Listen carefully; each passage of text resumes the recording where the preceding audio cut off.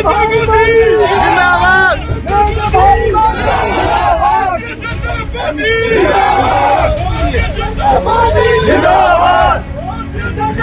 साहब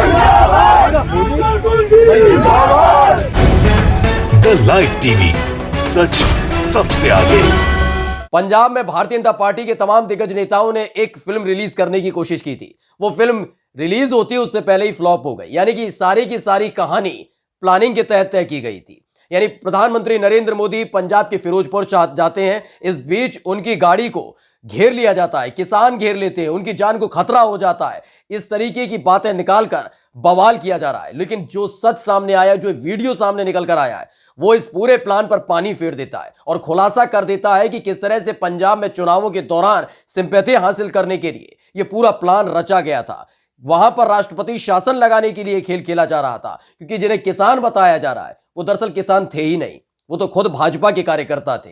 अब इन सब के बाद मुंह छिपाते फिर रहे भारतीय जनता पार्टी के तमाम दिग्गज नेता, वो कुतर्की प्रवक्ता जो टीवी चैनल्स पर बैठ कर चीख चीख कर ये कह रहे थे कि प्रधानमंत्री नरेंद्र मोदी की जान को खतरा हो गया था, किसानों ने उन्हें घेर लिया था, पंजाब को कोस रहे थे, पंजाब के किसानों को कोस रहे थे, पंजाब की सरकार को कोस रहे थे, पंजाब की पुलिस को कोस रहे थे। लेकिन अब वो कहीं नजर नहीं आ रहे कि नया वीडियो ये बताने के लिए काफी है, ये पूरा प्लान था, यानी सोची समझी रणनीति।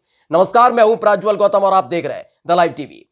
आपको तो मालूम ही है, प्रधानमंत्री नरेंद्र मोदी पंजाब के फिरोजपुर जाने वाले थे, लेकिन बीच रास्ते में उनको रोक लिया गया। जैसा कि उनका कहना है, जैसे तैसे वो वापस एयरपोर्ट लौटे थे तो मीडिया कर्मियों से कहा था कि अपने मुख्यमंत्री से कहना कि मैं एयरपोर्ट जिंदा पहुंच गया हूं। यानी भावनाओं का खेल खेला जाने लगा था, सिंपैथी हासिल करने की कोशिश की जाने लगी थी, बवाल काटने लगे थे ये भाजपा के तमाम कार्यकर्ता, ये अंधभक्त कुतर्की प्रवक्ता तो टीवी चैनल्स पर बैठकर ये कहने लगे थे कि देखिए इस देश के अंदर प्रधानमंत्री की जान को खतरा है। वो भी तब जब एसपीजी के जवानों ने उन्हें घेर रखा था, एक बुलेट प्रूफ कार में जिस पर बम भी असर नहीं करता, उसके अंदर वो सवार थे, तब भी उनकी जान को खतरा बताया जा रहा था। तमाम तरह की कहानियां गढ़ी जा रही थी। वो क्यों?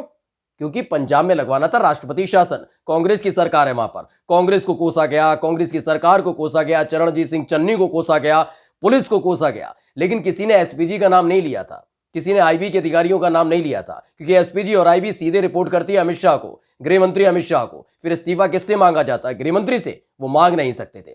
फिलहाल पंजाब चुनावों को लेकर यह पूरी रणनीति बनाई गई थी, इसका खुलासा हो चुका है। आज हम आपको वीडियो दिखाने जा रहे हैं, लेकिन वीडियो दिखाने से पहले आपको बता दें कि लगातार भारतीय जनता पार्टी के तमाम नेता और जो अंधभक्त हैं वो इस बात की मांग कर रहे हैं कि पंजाब में राष्ट्रपति शासन लग जाना चाहिए। इस बात की मांग लगातार की जा रही है। इस पूरी जो प्लानिंग थी उसका खुलासा हो चुका है। सबसे पहले ये वीडियो देख लीजिए आप।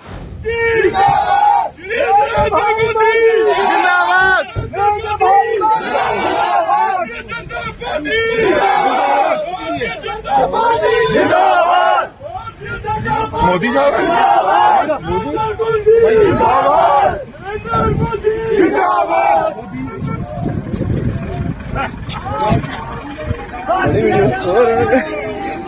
तो देखा वीडियो। इस वीडियो में आपको नजर आ रही होगी एक कार, काले कलर की जो रंग की जो गाड़ी नजर आ रही है, दरअसल उसी में प्रधानमंत्री नरेंद्र मोदी सवार है। गाड़ी बैक की जा रही है, एसपीजी के जवान खड़े हुए हैं इस ओर, रोड के दूसरी तरफ वो जो लोग खड़े हो किसान नहीं है, वो भाजपा के कार्यकर्ता हैं। वो दरअसल जिंदाबाद के नारे लगा रहे हैं, हाय हाय नहीं कर रहे हैं, मुर्दाबाद नहीं कर रहे हैं, बल्कि प्रधानमंत्री नरेंद्र मोदी जिंदाबाद के नारे लगा रहे हैं। एक बार अंधभक्तों दोबारा कान खोलकर, आंखें खोलकर इसे देख लो, क्योंकि उसके बाद आपकी ये पोल खुलने जा रही है। देखिए,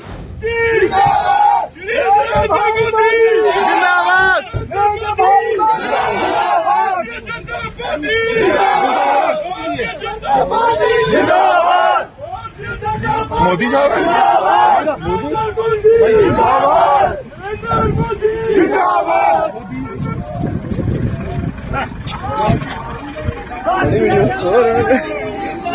तो देखा आपने कि किस तरीके से ये पूरी प्लानिंग रची गई थी कि वहां पर गाड़ी रोकी जाएगी, फिर उसके बाद आरोप लगाया जाएगा कि किसानों ने घेर लिया था प्रधानमंत्री को, और ये सारी जिम्मेदारी किसकी थी? पंजाब पुलिस की थी। पंजाब पुलिस का मतलब पंजाब सरकार की थी। पंजाब सरकार ने प्रधानमंत्री को सुरक्षा मुहैया नहीं कराई, और ऐसी स्थिति में राष्ट्रपति शासन लग जाना चाहिए, सिंपैथी हासिल हर कर ली जाएगी। और पंजाब चुनावों के साथ साथ उत्तर प्रदेश, उत्तराखंड, गोवा और मणिपुर, जहां 5 राज्यों में विधानसभा चुनाव हो रहे हैं, इसे गले की नसें फुला फुलाकर भाजपा के तमाम नेता बताएंगे कि इस देश में प्रधानमंत्री की जान को कांग्रेस की वजह से संकट में डाल दिया गया, खतरे में डाल दिया गया और चुनाव जीता जाएगा। लेकिन चुनाव जीतते, चुनाव होते उससे पहले ही इनकी सारी प्लानिंग खुलकर सामने आ गई है। सबसे पहले तो ये किसान नहीं थे, ये बिल्कुल किसान नहीं थे, भारतीय जनता पार्टी के कार्यकर्ता थे। अब ये सवाल उठता है कि भारतीय जनता पार्टी के कार्यकर्ता वहां पहुंचे कैसे, हिम्मत कैसे हो गई। यानी कि जो स्थानीय जिला अध्यक्ष है, जो भी नेता है वहां का विधायक है, उसके खिलाफ कार्रवाई होनी चाहिए। सबसे पहले उससे सवाल पूछ लेना चाहिए कि भाजपा के कार्यकर्ता वहां कर क्या रहे थे, क्योंकि कोई मुर्दाबाद के नारे नहीं लगा रहा, जिंदाबाद के नारे लगाए जा रहे हैं। पहला सवाल। दूसरा सवाल ये कि अचानक से ये रूट बदला क्यों, जबकि पहले से ही तमाम इंटेलिजेंस एजेंसियों को इस बात की जानकारी थी कि किसानों में गुस्सा है, प्रदर्शन हो रहा है, और वही रूट चुना गया। आप सोचिए, वही रूट चुना गया जहां पर किसान प्रदर्शन कर रहे थे। यानी कि दूसरा रूट भी चुना जा सकता था, लेकिन नहीं, चुना वही रूट गया। तमाम जो उसी दिन, जिस दिन मौसम खराब था और प्रधानमंत्री की फिरोजपुर में, पंजाब के फिरोजपुर में जनसभा थी, उसी दिन अलग अलग जगह कई और नेताओं की, नितिन गडकरी की थी, अमित शाह की रैली, इन तमाम लोगों की रैली थी, लेकिन उन्होंने रैली रद्द कर दी क्योंकि मौसम खराब था। लेकिन साहेब गए, साहेब को बहुत उत्सुकता हो रही थी। यानी पूरी एक स्क्रिप्ट लिखी गई थी कि मौसम खराब है तब भी हम पंजाब के फिरोजपुर जाएंगे, बाय रोड जाएंगे, 2 किलोमीटर तक जाएंगे। यानी आप अंदाजा लगा सकते हैं कि जिस प्रधानमंत्री की सुरक्षा में एसपीजी लगी रहती है, वो एक एक मील का पूरा हिसाब रखती है कि कहां क्या करना है। उसने 2 किलोमीटर तक सड़क पर जाने दिया, प्रधानमंत्री की रैली को जाने दिया, उनके काफिले को जाने दिया। यह मुमकिन ही नहीं है। और वो भी रूट वो जिस पर तमाम इंटेलिजेंस को इस बात की जानकारी थी कि पंजाब के लोगों में गुस्सा है कि प्रधानमंत्री वहां पर पहुंच रहे हैं। पहले ही से 3 दिन पहले से विरोध प्रदर्शन चल रहे थे। ऐसे में सड़क रास्ते को उन्होंने क्यों चुना? पंजाब सरकार ने इस बात की इत्तला दे दी थी, आईबी के अधिकारियों को इस बारे में जानकारी थी। यानी ये पूरा प्लान तय किया गया, क्योंकि जैसे ही ये तमाम चीजें निकल कर आई, वीडियो निकल कर सामने आई, तत्काल प्रतिक्रियाएं निकलकर सामने आ गई थी। राष्ट्रपति शासन की मांग की जाने लगी थी, बवाल काटने लगे थे, छाती पीटने लगे थे भारतीय जनता पार्टी के तमाम नेता, और साथ में अंधभक्त सोशल मीडिया पर बताया जाने लगा था कि देखिए, पंजाब में जहां कांग्रेस की सरकार है, हालात यह है कि प्रधानमंत्री जा नहीं सकते। उनकी गाड़ी को किसान घेर लेते हैं, और किसानों के बारे में कितनी गंदी बातें कही गई। किसानों को हुड़दंगी बता दिया, उन्मादी भाड़े की भीड़ बता दिया। फिर वही शब्दावली का इस्तेमाल किया जाने लगा जो किसान आंदोलन के दौरान इन किसानों के लिए किया जाता रहा था। कभी अलगाववादी, कभी खालिस्तानी, कभी पाकिस्तानी कनेक्शन, वही शब्दावली का इस्तेमाल सोशल मीडिया पर तैरने लगा। लेकिन इस एक वीडियो ने भारतीय जनता पार्टी की इस प्लानिंग की पोल खोलकर रख दिया, यूं कहे धज्जियां उड़ा दी हैं। अब मुंह नहीं दिखा सकते कहीं, अब ये बताने के लिए तैयार नहीं है वो किसान नहीं थे।